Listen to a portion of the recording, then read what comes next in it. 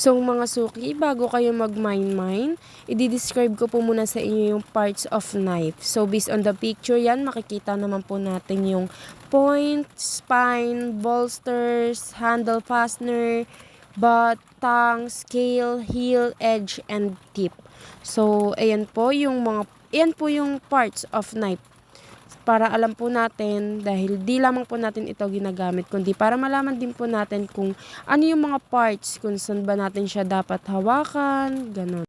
Magandang araw po sa ating lahat and welcome sa ating live selling session. Ako po si Trixie Erica Fort at ako ay magpapakita ng magandang kutsilyo na tsak na magugustuhan ninyo.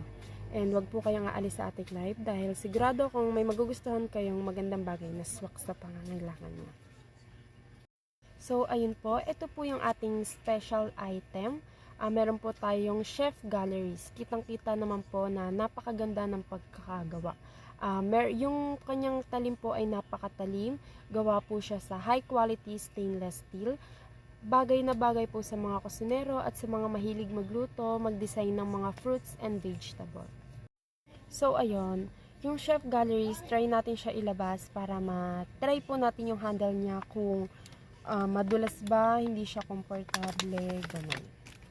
So, ayun, pasintabi po sa mga bata. So, ayan. Kitang-kita, napakaganda po ng chef galleries na knife. So, ayan, yung handle niya po is hindi siya madulas and komportable po siya hawakan. Yan. Non-slip, nakalagay po dito is non-slip comfort grip. So, kahit basa yung kamay or hindi madudulas. Komportable siya maghiwa. So yan, napakaganda po talaga nung handle niya. Napaka-modern nung design and maganda siya sa mga kusina na yung setup is modern. So yan. So subukan po natin gamitin itong kutsilyo and meron ako ditong kalamansi na i-slice po natin at ipapakita ko sa inyo para makita natin kung gaano katalim at ka-efficient itong kutsilyo na to. So tara!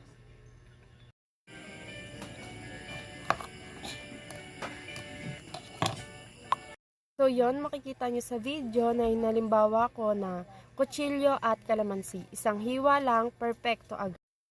Kung gusto nyo pong makuha itong kutsilyo na to, mag-comment lang po kayo ng mine K150, K150. Mag-comment lang po kayo para makuha itong kutsilyo na to, K150, mine K150. Limited stock lang po ito, kaya't bilisan na po mag-comment. Comment lang po kayo ng mine K150. So, kung may katanungan, wag po mahiyang mag-comment, magtanong lang po. Lahat po ay sasagutin ko po iyon.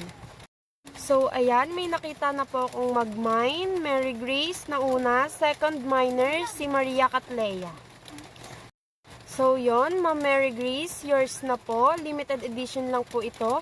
Sa inyo na po tong Chef Galleries knife. Napakaganda at worth it ang inyong pagbili. So, yours na po, SSD, ma'am. Comment, SSD. So, ayun, mga suki, maraming salamat sa inyong panonood at pagsuporta sa ating live selling for today. Thank you everyone. Have a nice day.